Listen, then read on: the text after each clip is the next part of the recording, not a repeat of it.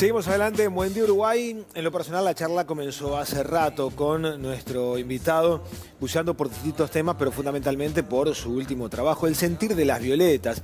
Estoy refiriéndome a el último libro publicado por Diego Fischer, a que siempre es grato recibirlo aquí en Buen Día Uruguay. El noviazgo eterno de Julio Herrera y Elvira Reyes. Bienvenido, Diego, ¿cómo estás? Un placer estar acá. El placer es todo nuestro. Qué historia de amor, ¿no? Que ha pretextado incluso la convocatoria de hoy a los televidentes de Buen Día Uruguay. Un eterno noviazgo, sí, que nunca se concretó en un matrimonio. Sí, es así. Aunque hubo intentos, amagues. Hubo 3 fechas fijadas, hubo 3 ajuares, algún que otro vestido de novia, pero el matrimonio nunca se concretó. Y es una historia que muchas personas habrán escuchado hablar, que nos ha llegado como me llegó en un principio a mí, por tradición oral, y que bueno, eso pretextó la investigación periodística que da sustento a este libro, y que en lo personal descubrí muchas cosas que me sorprendieron. Y hay cosas que uno difícilmente pueda analizar y ver con ojos del siglo XXI, claro, ¿no?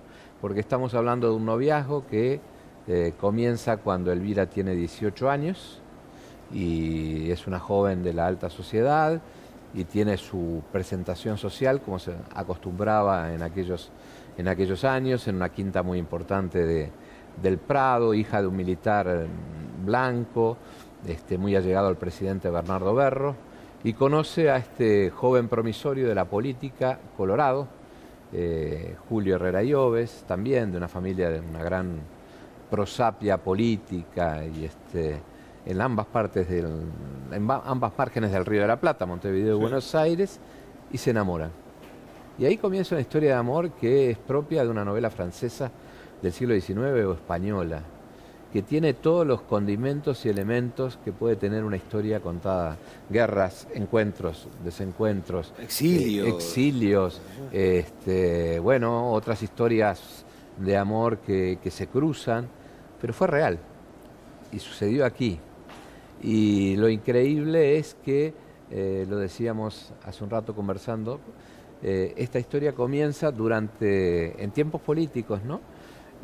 Durante el gobierno del presidente Bernardo Berro, 1862 aproximadamente, y la primera parte se cierra en 1912 durante la presidencia o la segunda presidencia de José Valle Ordóñez. Vaya si habrán pasado acontecimientos, guerras, exilios, destierros a lo largo de esos 50 años, y después hay 18 años más de yapa, por decirlo de alguna manera, ¿no? Claro, estamos hablando de más de medio siglo, ¿no? De medio siglo, de un vínculo de genuino amor, podrías decir. Sí. Y correspondido. Ajá. Correspondido. Pero es un amor donde hubo momentos de pasión, sí, pero bueno, era un amor idealizado, un amor de novela. Claro. Un amor de novela, donde ella admiraba de una manera extraordinaria a ese hombre, que era un hombre de un gran porte, de una gran elegancia, del que estaban enamorados. Había dos políticos uruguayos en aquellos años, estamos hablando de 1860, al que las jóvenes montevideanas de determinado círculo social estaban detrás de ellos. Uno era Julio Herrera y el otro era colorado, y Agustín de Bedia, blanco. Se llevaban las miradas y las mujeres estaban enamoradas de uno o del otro o de ambos. El que ganó la pulseada, o la que ganó la pulseada, fue Elvira. Y bueno, y a lo largo de esos 50 años, esa historia de amor es increíble, los hechos que van, el marco, el trasfondo, pero también a través de la correspondencia y de cómo se van relacionando, cómo se va pintando una sociedad y cómo se va construyendo un país, y te diría hasta una región, porque buena parte de la historia transcurre también en Buenos Aires, donde por distintos motivos Herrera Lloves se debe exiliar en 3 oportunidades, pero además donde él está muy vinculado a toda la aristocracia argentina y a las familias que ostentaban el poder en la Argentina, ¿no? Claro. Entonces es una trama entre amor, guerra, y también, bueno, un amor o un enamoramiento que pasa mucho por lo intelectual, además de lo que podía ser un vínculo próximo, ¿no? Vos decías que atravesó distintas circunstancias. El exilio, en donde, bueno, ella lo esperó, aquí, Sí, no, sí, no se fue con él, lo no, esperó. Y también, por ejemplo, el hecho de que Julio Herrera llegó a ser presidente. sí, Y ella mantenía el mismo perfil de noviazgo, incluso él la iba a visitar, no convivían, o sea, no, no. eran novios de visita, de frecuentarse semanalmente. Sí, con horarios. Con horario, además. Con ritos, ¿no? Los cartuchos de chocolate de la confitería del Telégrafo, la legendaria confitería del Telégrafo. Incluso él siendo presidente le iba a acompañar con todo su séquito. Con su séquito. Era un aristócrata, era un hombre un bon vivant, algunos lo han llamado el dandy, uno de los dandis que hubo en Montevideo, y sí, y mantenían, y esos encuentros eran en una gran quinta en el Prado, que hoy no está, que para ubicarnos físicamente es en lo que hoy, en los alrededores y prácticamente enfrente de la residencia presidencial de Suárez y Reyes. La calle se llama Suárez por el padre de Elvira, que fue el general José María Reyes. Es interesante lo que nos contás. Yo quiero algunos datitos más antes de redondear la nota, que me parecen además también son muy atrapantes para bueno, ir y devorarse el libro en pocos días nada más. El hecho de que tú entendés que ella fue fundamental para la consolidación política de él y que además asumió un comportamiento políticamente correcto como lo requería la sociedad de aquella época. Sí, claro, porque sin pretenderlo, sin proponerlo, con Carlota Ferreira y con Mejor Callar, que fue mi libro anterior, El sentir de las violetas forma una suerte de trilogía donde la sociedad de aquella época, balconeando el 1900, podemos incluir, si se quiere, también a Delmira, pero fundamentalmente estos tres libros pintan esa sociedad con distintas miradas. Carlota, ya sabemos, fue una mujer transgresora que hizo lo que quiso, llegó a donde llegó, violó todas las normas de su época, pagó un precio muy alto, mucho más alto también pagó Celia Rodríguez Larreta por su transgresión, siendo aún más joven.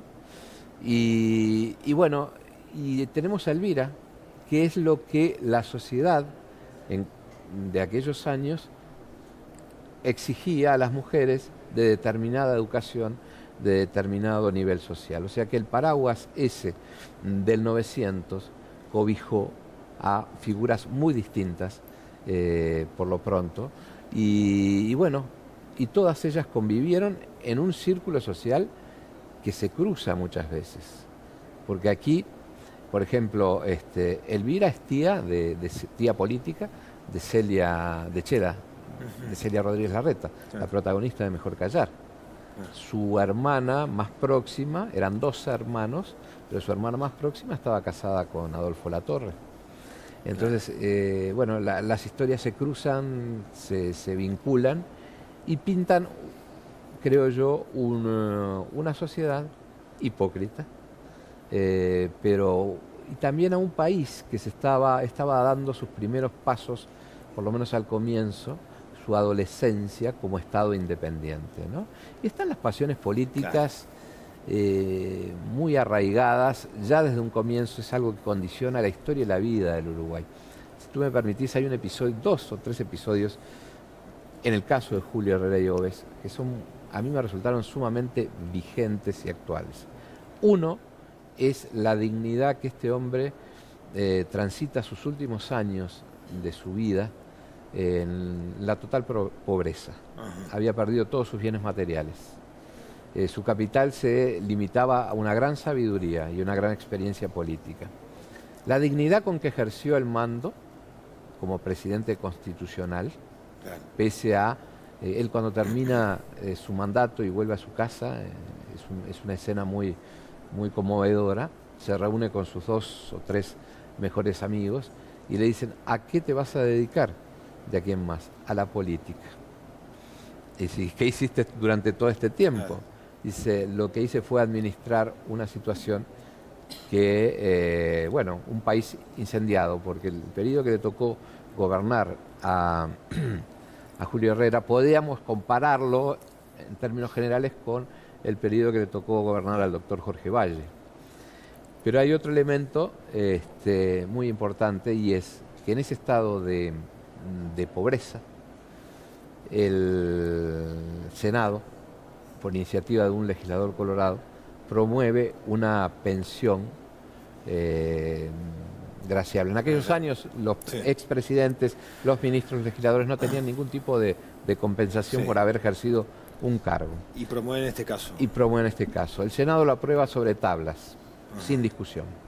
Pasa a diputados y ahí se hacen observaciones a esa pensión por parte de los legisladores de su propio partido, de algunos vallistas. Él estaba muy enfrentado a José Valle Ordóñez. ¿Y sabes qué hace él? Para evitar el manoseo, eso tendría que pasar a la Asamblea General, escribe una carta que yo creo que debería circular hoy por las redes, donde dice, con una dignidad y con un señorío, dice que él no está dispuesto a que se entre en discusión y que no pretende ni quiere ser una carga para el Estado y para el ciudadano común, por lo que renuncia y agradece la buena voluntad de esos legisladores que le quisieron dar una pensión para transitar sus últimos años de su vida. Y agrega, estoy en condiciones, pese a ser un hombre enfermo y grande, de seguir ganándome el sustento por mis medios propios. Interesantísimo, realmente, ¿no? Más allá de esas señas particulares de la personalidad de Julio Herrera Llobet, el vínculo de amor que está brillantemente relatado, como siempre, por la destacadísima pluma de Diego Fischer. Así que muchísimas gracias, sumamente recomendable, como todos los trabajos que haces. Ha sido grato charlar contigo aquí en Buen de Uruguay. Muchas gracias, un placer siempre venir a esta casa. Felicitaciones por la investigación y por el desarrollo del trabajo. Muchísimas gracias. Gracias a vos.